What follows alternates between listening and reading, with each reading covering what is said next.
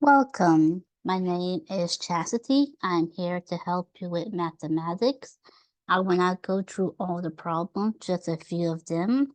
I'm just here to help you with the methodology.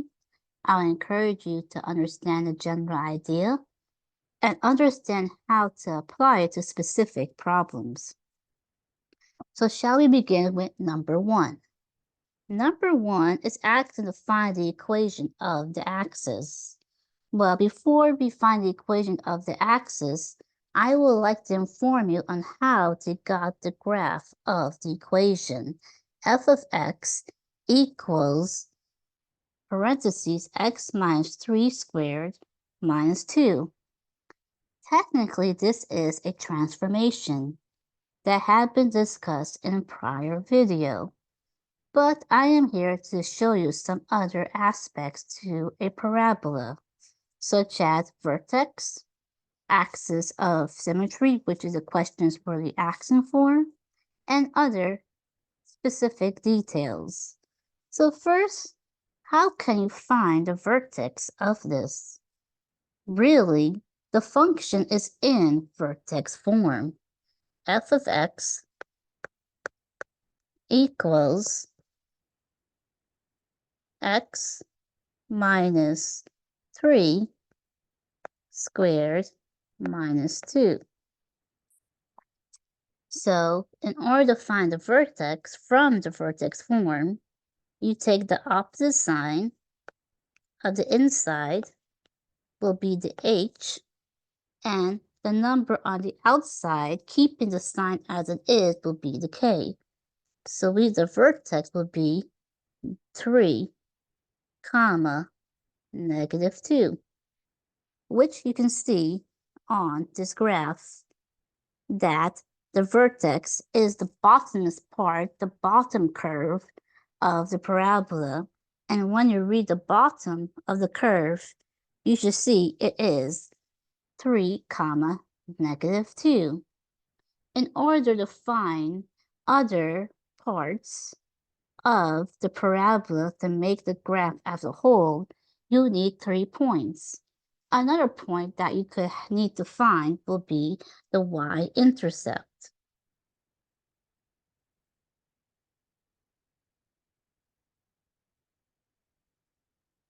Which you simply let x equal 0 and solve for y. F of x is the same as y. So we can say it is y equals, replace the x with 0, minus 3 squared minus 2. 0 minus 3 is minus 3. Minus 3 squared is 9. 9 minus 2 is 7. So to write this as a coordinate, x is 0, y is 7. And as you can see on the graph, the line goes through the y-axis. That what it means to be a y-intercept. A point that's on the y-axis itself is 0, 7. Sometimes you would like to know the x-intercept. Sometimes the x-intercept is able to find the third point, or another point to make the curve of the graph. As you can see, obviously from the given visual, it's not going through any points on the x-axis, but just to go ahead, if you are asked to find the x-intercept, this is how you do it. To find the x-intercept, you let y equals 0 and solve for x. And I'm going a little pretty fast because some of the stuff, I believe, has been discussed in prior videos, and the arithmetic shouldn't be that difficult, or the algebra to solve for the unknown variable. You should be able to understand how to do it.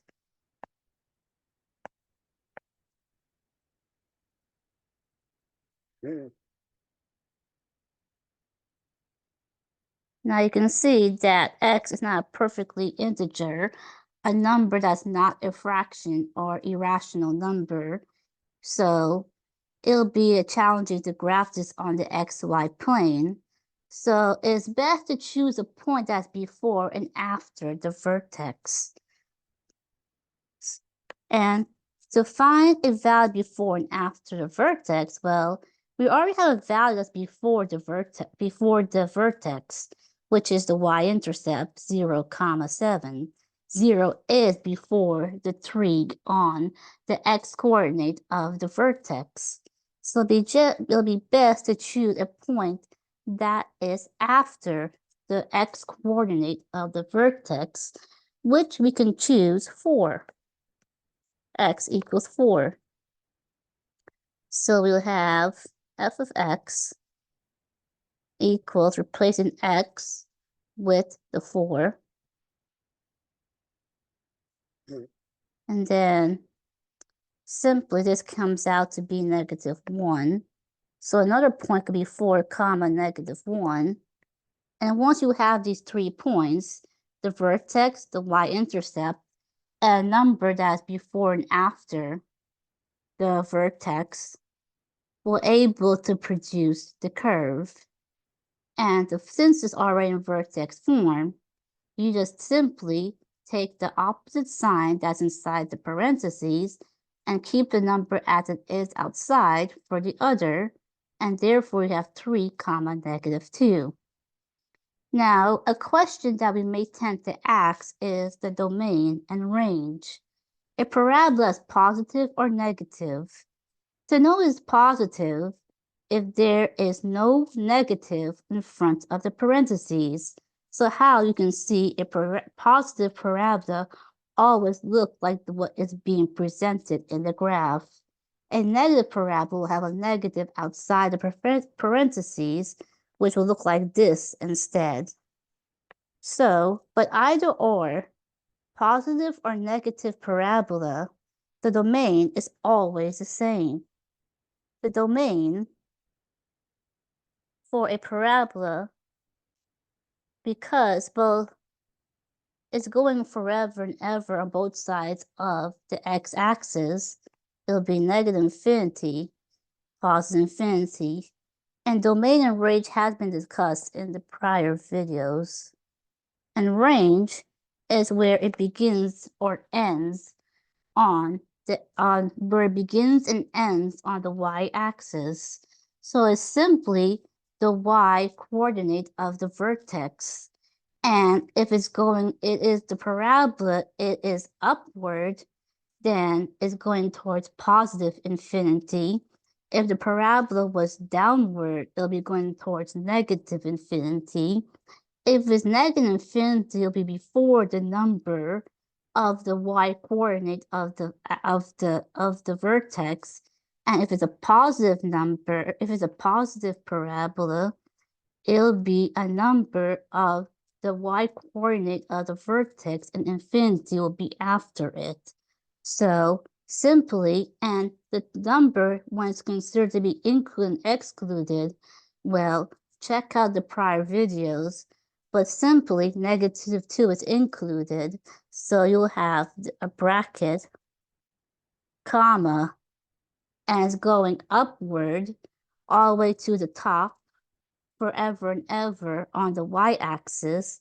It'll be +infinity.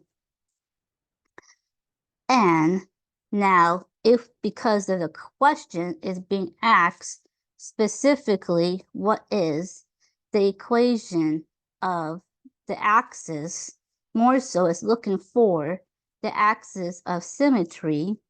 The axis of symmetry for a parabola is always going to be x equals the value of the x-coordinate of the vertex.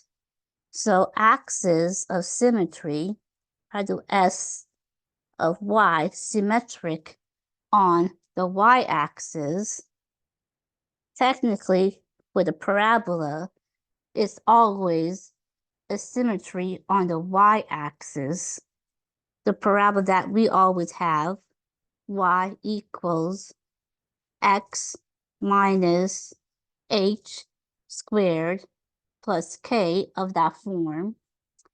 positive or negative parabolas always going to have a symmetry on the y-axis, and symmetric on the y-axis is always x equals some number, and x equaling the x coordinate of the vertex, which is 3.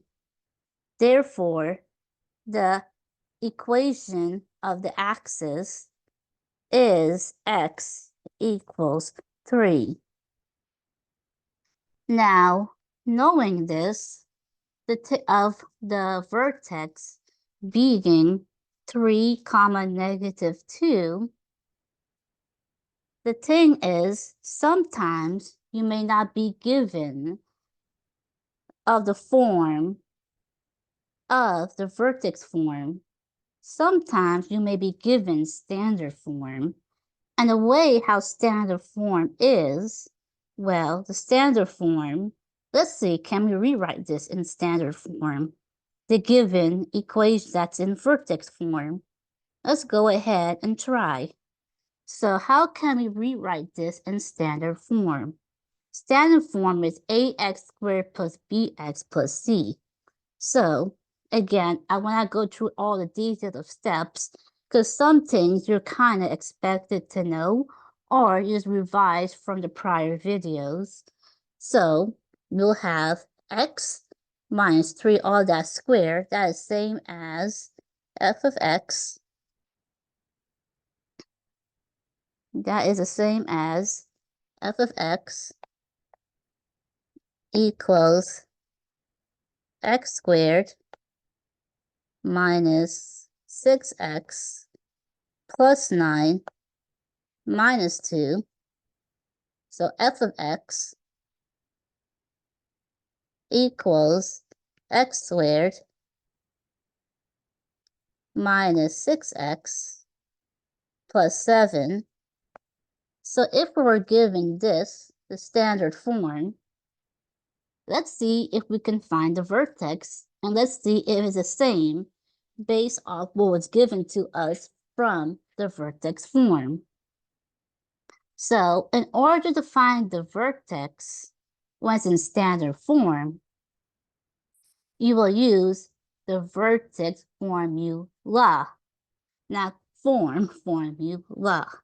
So the vertex formula is x equals negative b over 2a, which negative b, well, the b is the 6, so we have negative 6 over 2a, which is 1.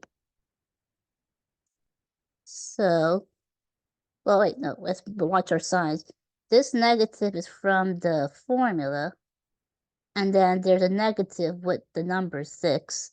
Cautious with those signs. So we'll have positive 6 over 2, which is 3. We were expected that our x is 3.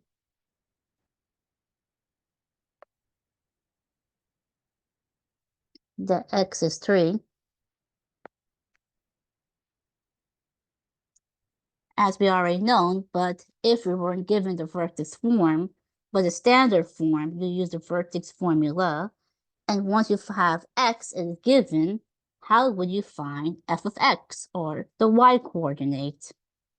Well, simply plug that into the standard form. You'll have f of x equals 3 squared minus 6 times 3 plus 7.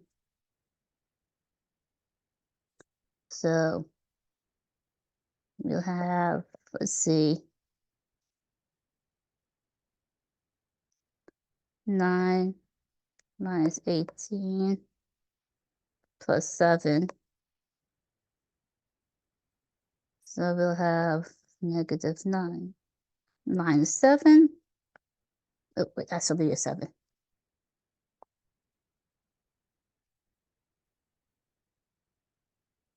7. That'll be negative 2, which is the y.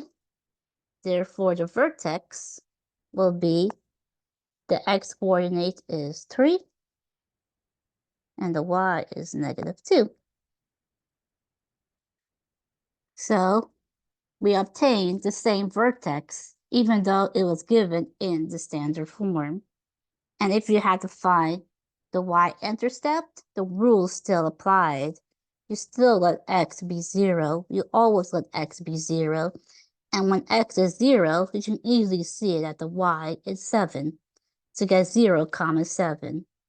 So in the standard form, you use the formula x equals -b over 2a, and then plug it in back into the function to get the y value, and there you get the vertex as well. Use synthetic division to perform the division. So synthetic division, we're dividing two polynomials. On the top, we have x cubed minus x squared plus 4 that has 3 terms. Therefore, it is a trinomial. Divided by x plus 2, which is a binomial. X plus 2 is not just a binomial, but it's also linear. And when you're dividing by a linear, you can use synthetic division. So we have x. So we have x to the third minus x squared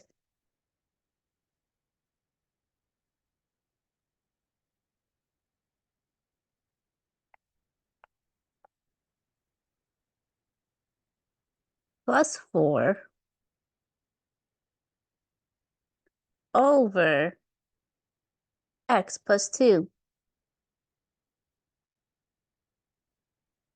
So let's set up the x plus 2. Well, 2, the opposite sign of the number will be the k. The k will be, in our case, instead of positive 2, the opposite sign would be -2. So -2 would be on the outside. It will take the coefficients in front of the x cubed minus x squared plus 4, but we are required to have the exponents in descending order. We are missing an x. So what we do is we put a 0 as the placeholder. So for x cubed, we have a 1. We have a 1. For x cubed, we have a 1. For x squared, we have a -1. Ugh. These ones are tough to write with these iPads. Let's see. So x cubed, we have a 1. X squared, we have a -1. There's no x, so we put a 0 as a placeholder. And the constant is the 4. So you're going to bring down the 1 and multiply it by 2, so you'll have 2. So you are always going to bring down the number and take this number and multiply it by the number in the front. And then we're going to add these two. So -1 plus 2 is -1. And we're going to take this 1 and we're going to also multiply again. So we'll have 2. And then we add again. With 0 plus 2 is 2. And continue the pattern. We take this 2 and multiply that 2. We'll have 4. We bring it over and we add these 2. We have 8. And this 8, the last number, this position is always going to be the remainder position. And everything else before it will always going to be the quotient. And the way we write the quotient is of the form, it'll be 1 less the exponent. So instead of x cubed, we'll have x squared. But this 1 will be the coefficient for this x squared. Then instead of x squared, we'll have x.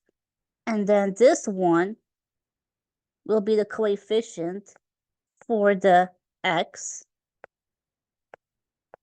And then 1 less an x is a constant.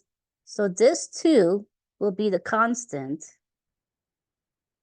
And the way how we write the remainder, we take the 8 and put it over what we divided by, which is 8 over x plus 2. Well, we're out of room. Let me rewrite that.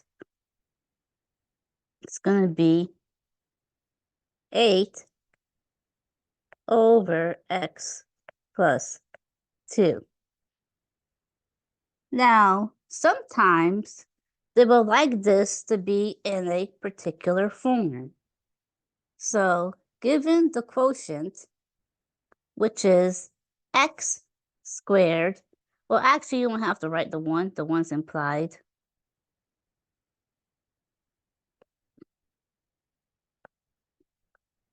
So the x squared plus x plus 2, that is the quotient. And the 8 is a 2. And the 8 is the remainder. Sometimes there is a particular form that they would like us to write this in. A particular form that they may want us, and sometimes they may not have x plus 2. Sometimes they may just give you the function, which will be the x cubed plus 2x plus 4, and it'll give you the k equals -2, and you leave the 2 as the -2 as it is. You do not change the sign. You only change the sign if you're given of the form of x plus 2. If you give k as it is, you leave it as it is. So sometimes they want to have f of x equals x minus k q of x plus r. So x minus k, well, you're going to have x minus -k, and a negative and negative is a positive. So that would be x plus 2. And then the quotient is x squared plus x plus x plus 2 plus the remainder, which was 8. So that's another way to write in a particular form. Now, the thing is, there's something called the remainder theorem. The remainder theorem, you'll have f of k. So with remainder,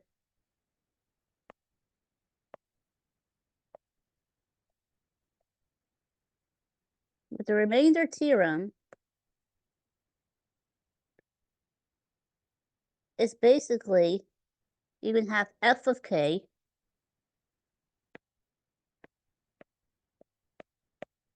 equaling the remainder. So in other terms, we'll have f of -2 equals 8. If they ask for the remainder theorem, it's just the remainder part of the synthetic division. Now, the thing is, if the remainder was 0, suppose it was 0, it means that this is a 0. Well, in our case, -2, when we performed the synthetic division, we had a remainder of 8.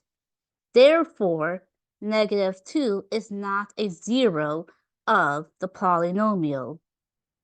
Also, the the factor theorem is also going based when the synthetic division, when the remainder is 0, means that the function could factor even much further, that you bring it down from an x cubed to an x squared, and that should be able to factor if the remainder is 0. But in our case, the remainder is not 0. Therefore, it is not factorable. So here they want us to factor the polynomial, the given k. And the k, well, here it says a multiplicity of 2. So the multiplicity means that this number is happening twice. So the way to rewrite the k is, again, it will be x and the opposite sign of the given k, which will be -3. That is how you will write it as a polynomial of the given k. Now it says a multiplicity of 2. So you can say this is happening twice. So you're having the x equals -3, and you will have like another x equals -3. So it'll be like saying x -3 and x -3, which that could be rewritten as x to the -3 squared. Now, we'll need some other components. So in order to factor this, and I want it into linear factors. Linear is y equals mx plus b, or of that type. So basically, x raised to the first power plus or minus some other number. So we have x minus 3, and it's given that this is understood to be one of the zeros. This will be the k. And the polynomial is given as f of x equals x to the third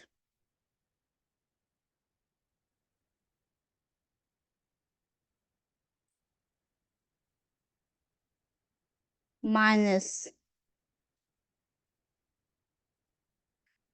27x minus 56 minus 27x minus 56. No, minus 54.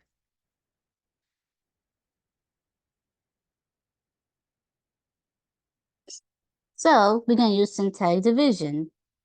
K is negative. Oh, wait.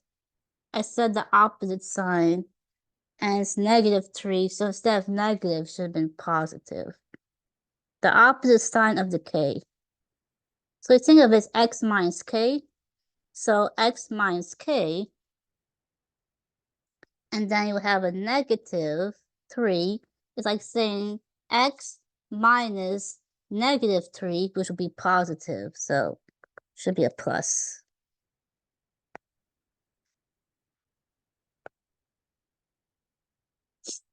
So we're going to have -3. And again, the polynomial needs to be in descending order. If one of them is missing, you use 0 as a placeholder. So we have x to the third with a coefficient of 1. So we put 1 here.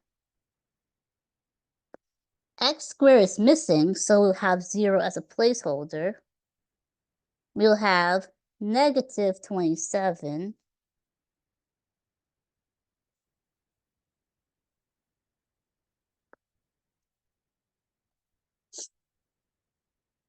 and -54.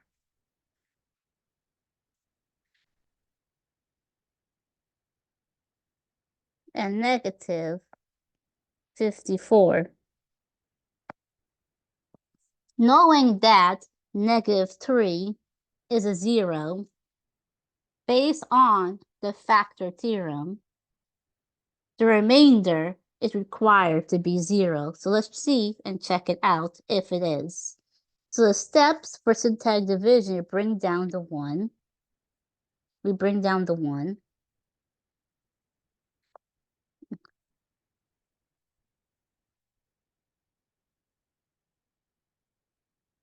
We bring down the 1. We multiply it to the -3. So we have -3. And then we add. So we'll have -3. And then we multiply. We have +9.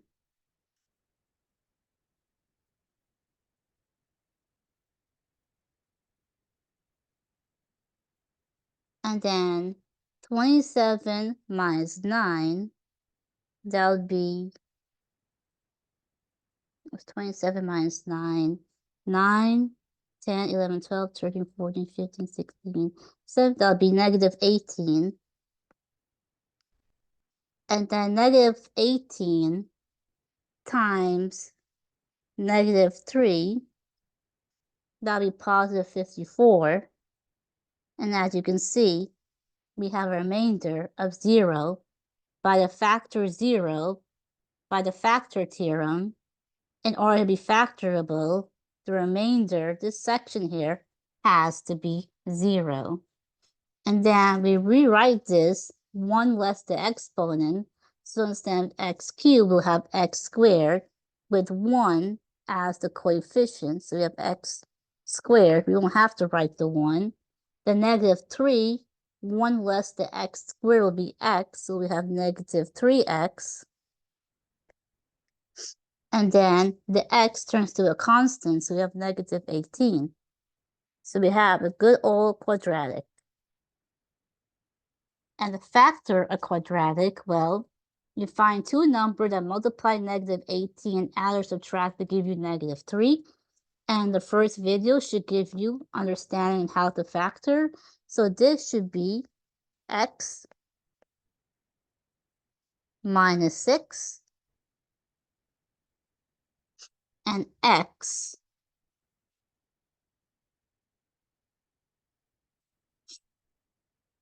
plus 3. So this is going to be one of the x's. This is going to be one of the factors, -3, which turns to x plus 3. So since one of the k's is -3, in other terms, as a linear, is x plus 3, and it's a multiplicity of 2, you expect to see it again when you factor it towards over here. So as you can see, we are expected to have 2 of them since the k, -3, is supposed to be a multiplicity of 2.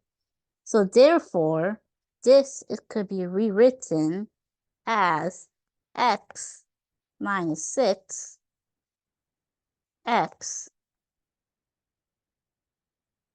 plus 3 squared. And this is the factored form of the polynomial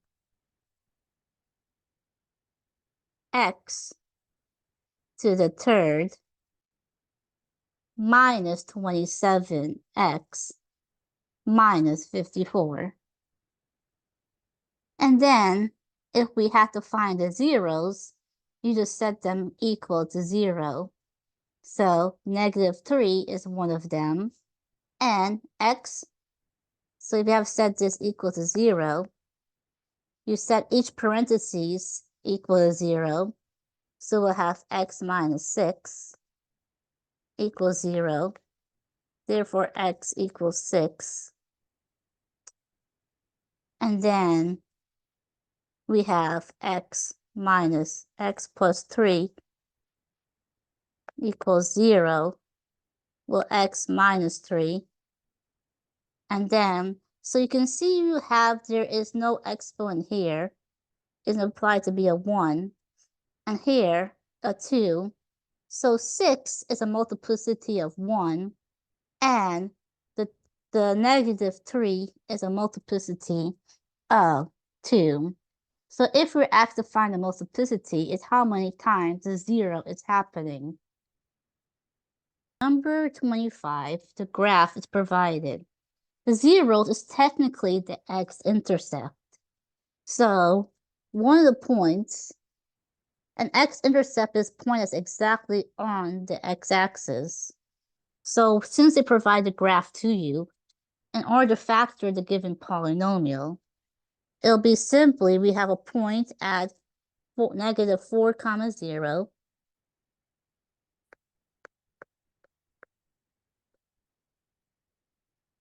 We have a point going through negative 1.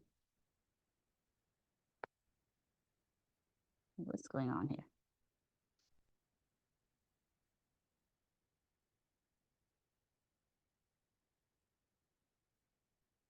So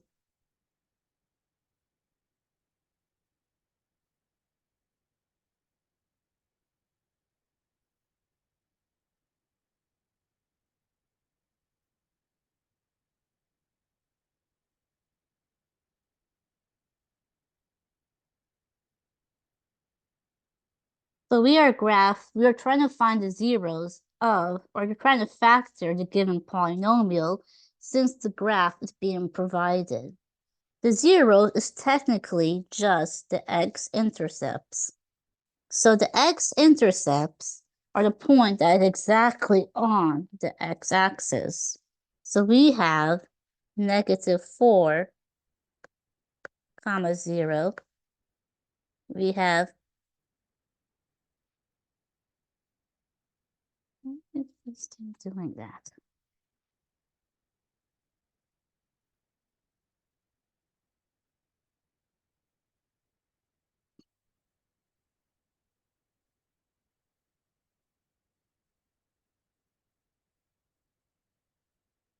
We have negative 4 comma 0. We have negative 1 comma 0. Just the x-intercept, the point that's crossing through the x-axis, even though the point that's crossing through the y-axis, that is not the 0. It's only the ones that's crossing through the x-axis. So then we have 1 comma 0.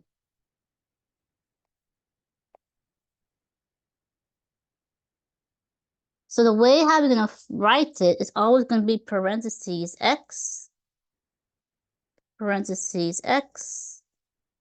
And to know how many parentheses is based on the highest exponent. So since we have x to the third, we expect to have 3 parentheses. And it'll be the opposite sign of the x-intercept. The zeros, they're all, synonymous. So instead of negative 4, we'll have plus 4. Instead of negative 1, we'll have plus 1.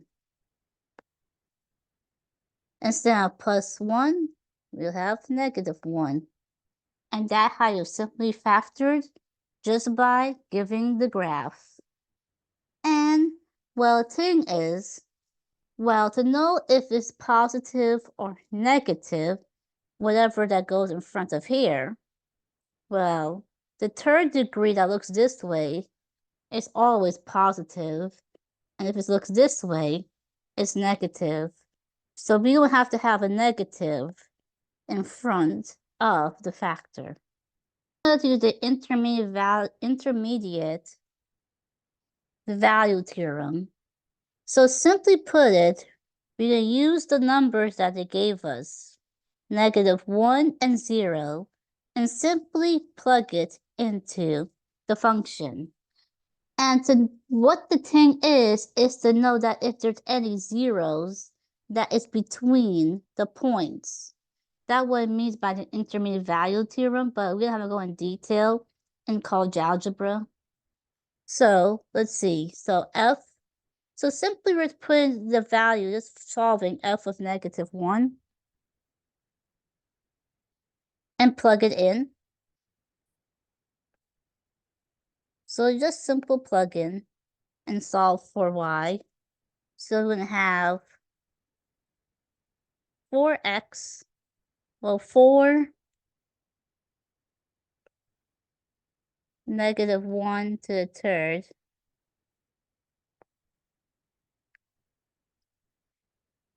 plus 7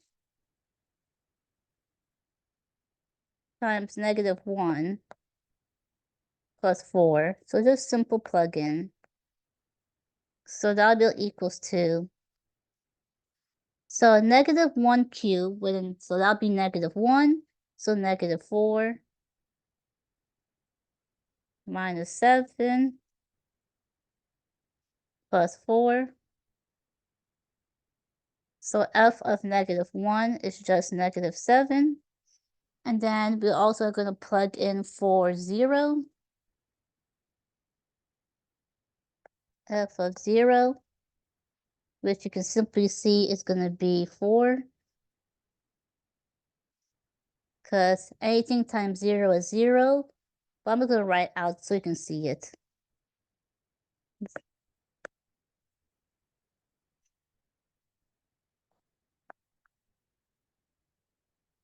So this becomes 0 plus 0 plus 4 equals 4. So simply plug it, you're just plugging in the given numbers.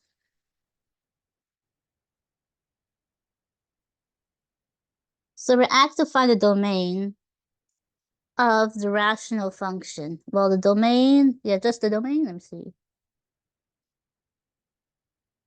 The domain and range. So the domain and range of this rational function. So f of x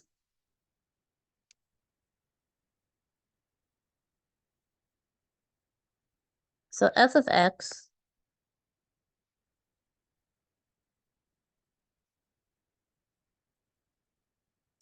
x equals 7 over x. And the thing is with domains are values that exist on the x-axis. Values that exist on the x-axis. And with rational function, the denominator cannot equal 0, so we'll have x. We set at the bottom, whatever the bottom is, you set equal to 0. Well, not equal to 0. And the way how we will write it is that we can have numbers before or after the number, but not on it. So we can have numbers before 0, which will be -infinity. 0 is not included, use parentheses. And we can have numbers after it, but 0 is not included. So this is how you'll write the domain. That's the domain. Now, what will be the range? So let's see. Let's see if we can graph this to get the gist of it. What would be the range? The thing is, we cannot have numbers that's before and after 0. We can have numbers before and after 0, but not on it for the domain. For the x-axis, but for the y, let's see, how can we get the range? Let's see if we have to graph this. Let's plug in some points. Numbers before and after. So we can choose -1 and +1. So that would be -7 and +7. So We cannot have number that's odd. There's nothing that's happening that when x is 0. So it's gonna look, we have a -1. It'll be at -7.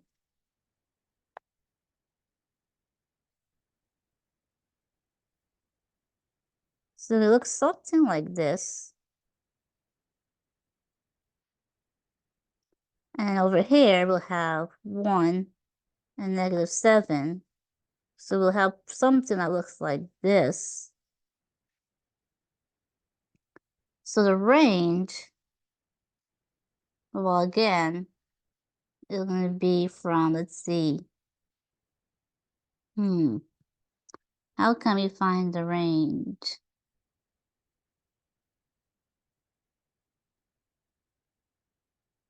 Let's see, how do they write the range?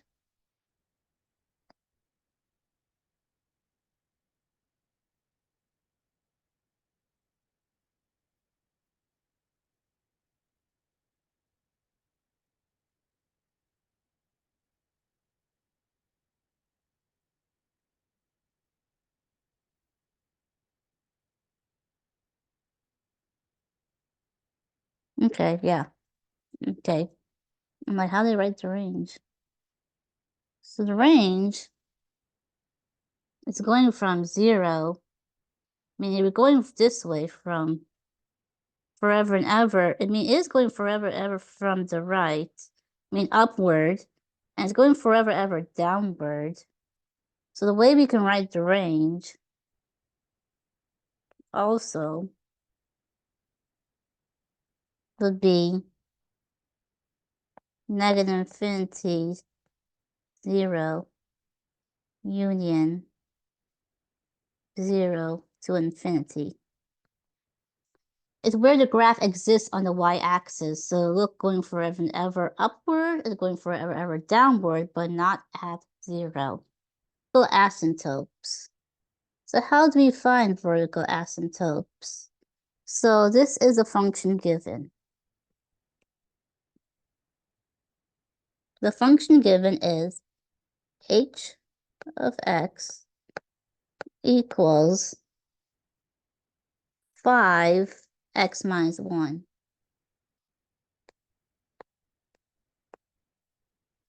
Asymptotes. Well, the concept of asymptotes, think of it like a wall. They tend to use dotted lines, graphically speaking, for asymptotes.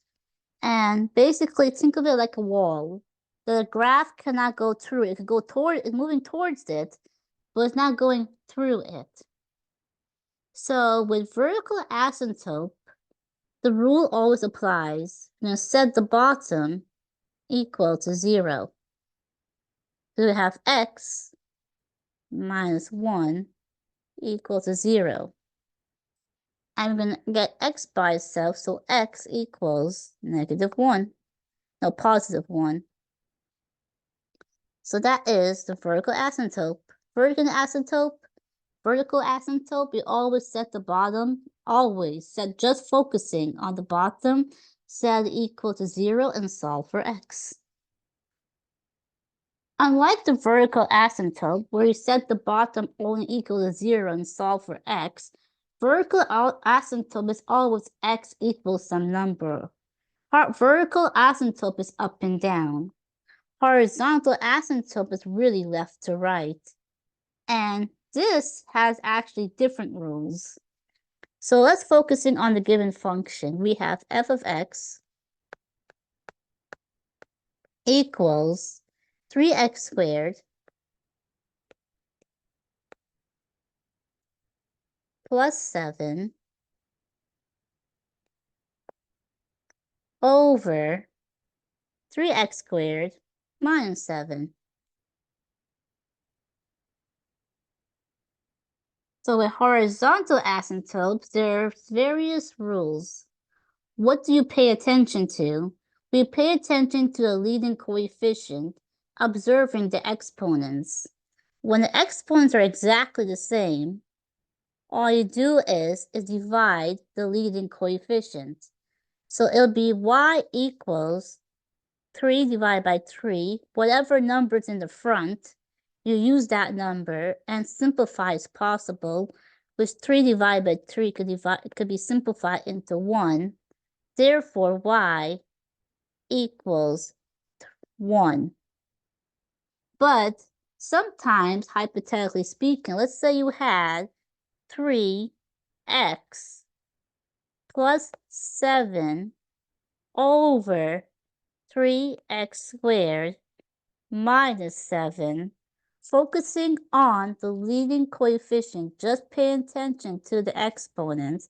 This one's a 2, and on the top is implied to be a 1.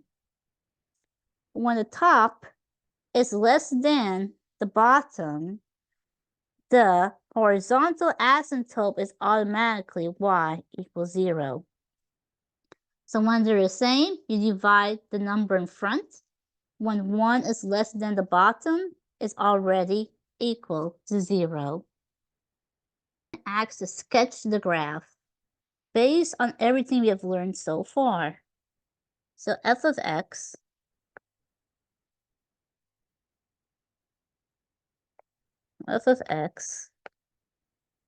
equals x minus 2 over x plus 3. So let's find the vertical and horizontal asymptote. I'll put A, V for vertical asymptote. We're going to set the bottom equal to 0.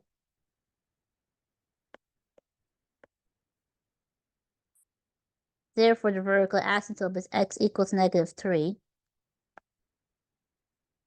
Now, does there exist a horizontal asymptote? Well, looking at the top and bottom, are the exponent the same? It's implied to be a 1. It's implied to be a 1. Are those the same? Yes. So we divide. So it'll be y equals the number that's in front. So the front will be 1 over 1, which is 1. Therefore, what's wrong with my brain? I'm jumping ahead. It's 1. Therefore, y equals 1. So that is our horizontal asymptote. So with asymptotes, we have dotted lines. So with the vertical asymptote at negative 3, 1, 2, 3, you will have a dotted line. You cannot have points going through here. And then the horizontal asymptote is positive 1. Wait, no. Oh, it is right? No, wait, vertical, wait, no. Sorry, wrong way. This vertical's up and down, not side to side. Ugh. That's x equals negative 3. Oh, my brain. X equals negative 3. 1, 2, 3. It's a vertical asymptote is x equals negative 3. It's up and down through the negative 3. So points cannot go through here. And then y equals positive 1. Oh, wait, what did I just do?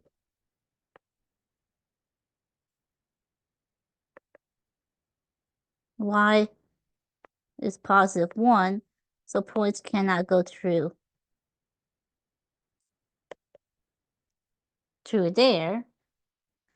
So that's the idea with the asymptote. It's like a wall. Points cannot go through that dotted line. So let's choose some points before and after the vertical asymptote to get an idea where this point is heading. So we can choose negative 2 and negative 4. So let's choose, points before and after the vertical line. to have a sense, a guide where the points might be heading. Is heading here, here, there. Where is it going? So we can choose -2 and -4. So replacing x with -2, we'll have +1 on the bottom, -1 on top, so that'll be -1. So at -2, it'll be at -1. So the point will be heading somewhere like that. So it's knowing if the point is going to be in this little area or which area. So once you get one of the points, you get the gist of the rest. It's just a sketch. So knowing that the point is on this side. Wait, did I do that right? It's -2. Did that wrong? It's negative. Yeah, here, through there. Here from here. Yeah, something like that. And then we're going to do -4. It'll be at -4. Let's see.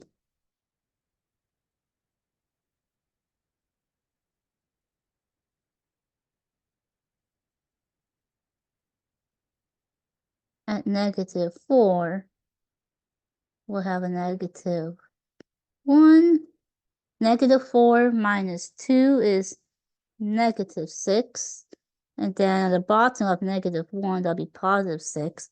So 1, 2, 3, 4, 5, 6. It'll be over there. So it'll be with a -4. So it'll be somewhere in this little area. So the way how you know how to graph it, you find the horizontal and vertical asymptotes. That'll be the dotted lines. And then you choose some test points before and after the vertical asymptote to have a guide where the point is heading. And then just draw the generic curve through there. It's just a sketch that's being asked for.